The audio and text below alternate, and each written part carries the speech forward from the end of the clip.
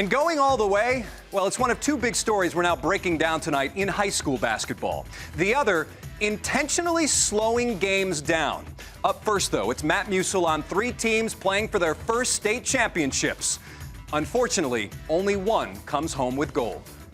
In the Class 4A final, Brazosport's Chris Rosso was spectacular as always, scoring a game-high 35 points.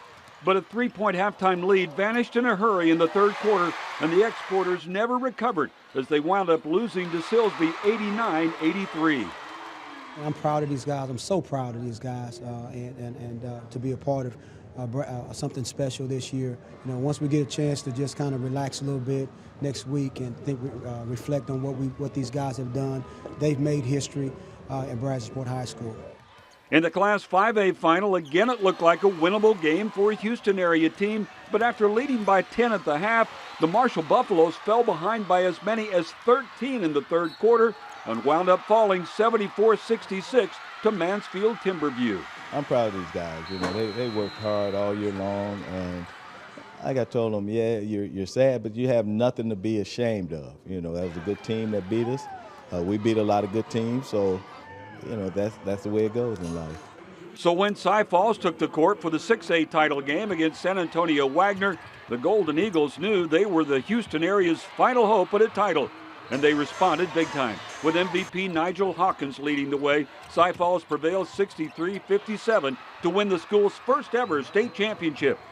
It was a lot of ups and downs on our road here, and we felt like we could overcome anything, and we've seen it all, and it feels great.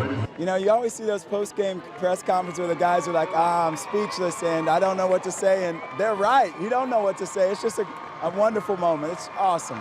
Some of the first people Flores hugged after the game were his 2 brothers, including former ESPN and current MLB Network anchor Robert Flores. I'm so proud of him.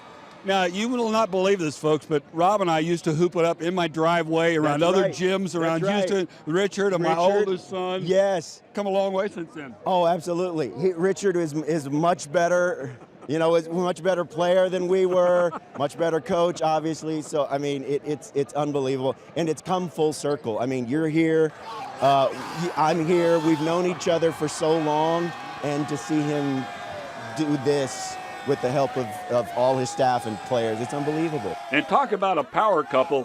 Coach Flores now has a state title to go along with his wife's girls' state title that she won 2 years ago with Cy Woods. So you've lost bragging rights.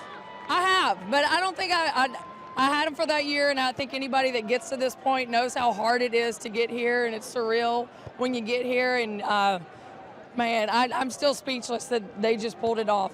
And speaking of family, it was great to share a championship moment with my granddaughter, who cheered on the Golden Eagles all season long.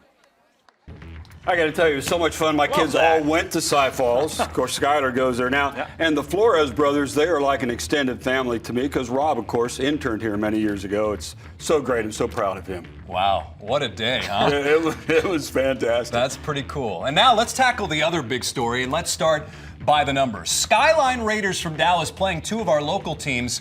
The first beating #1 team in the state, Klein Forest, by the score of 33-29, and then in the state semifinals, losing to Cy Falls in triple overtime 46-43. Now, Skyline's strategy is to hold the ball for as long as possible, preventing their opponents from running or even playing offense, it seems.